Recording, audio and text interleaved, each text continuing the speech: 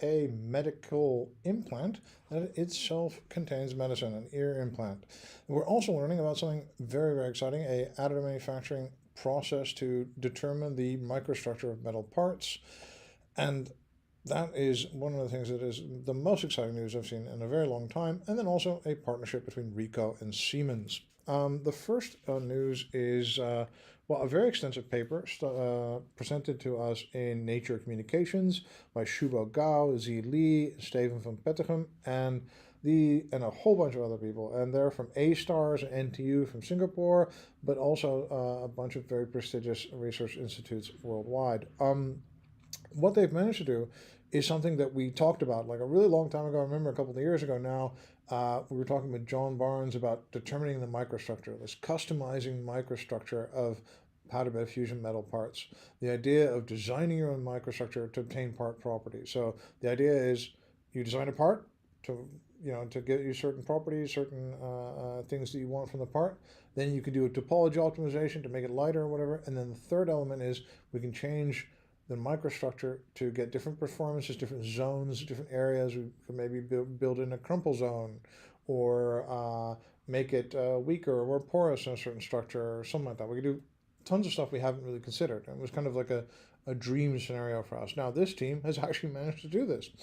What they're doing is they've been able to program recrystallization behavior when the part is heat treatment without deforming the part. This allows them to kind of architect or design or program the microstructure to have certain part properties. It allows them to maybe improve the microstructure by not having a uniform microstructure, but having different zones with different properties or different type of attributes. So this is really mind-blowing news. I don't know how well it works. I don't know how difficult it is to do, but imagine just having a wind turbine blade where you make the edges get a certain property to retain their edges, or a knife that you make the edge have a certain property so that it retains the edge. It needs to be sharpened less, but the core could have a different property altogether. That kind of stuff is like, we don't really know what we can do with it yet, but it's super duper exciting. The next thing comes to us from the Hannover Medical School.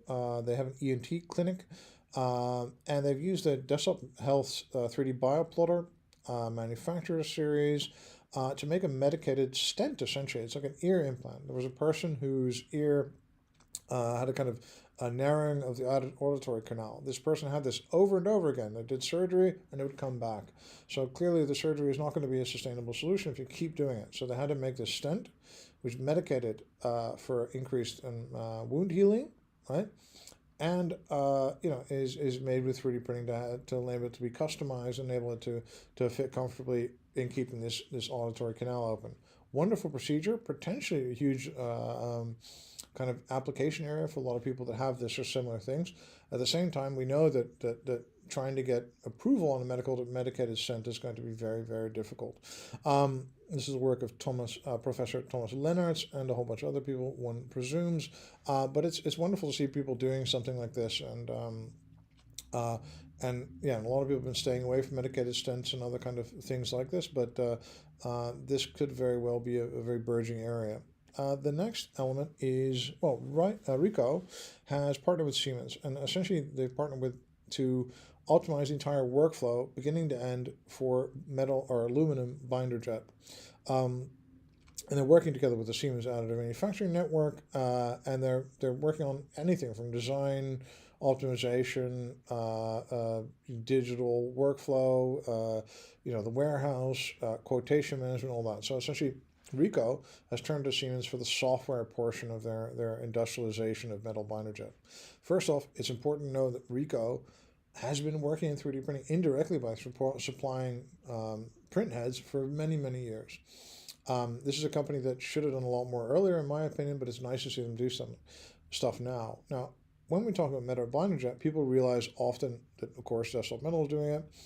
Some people might also know that Markforged, through its Digital Metals subsidiary, has been doing it for a while.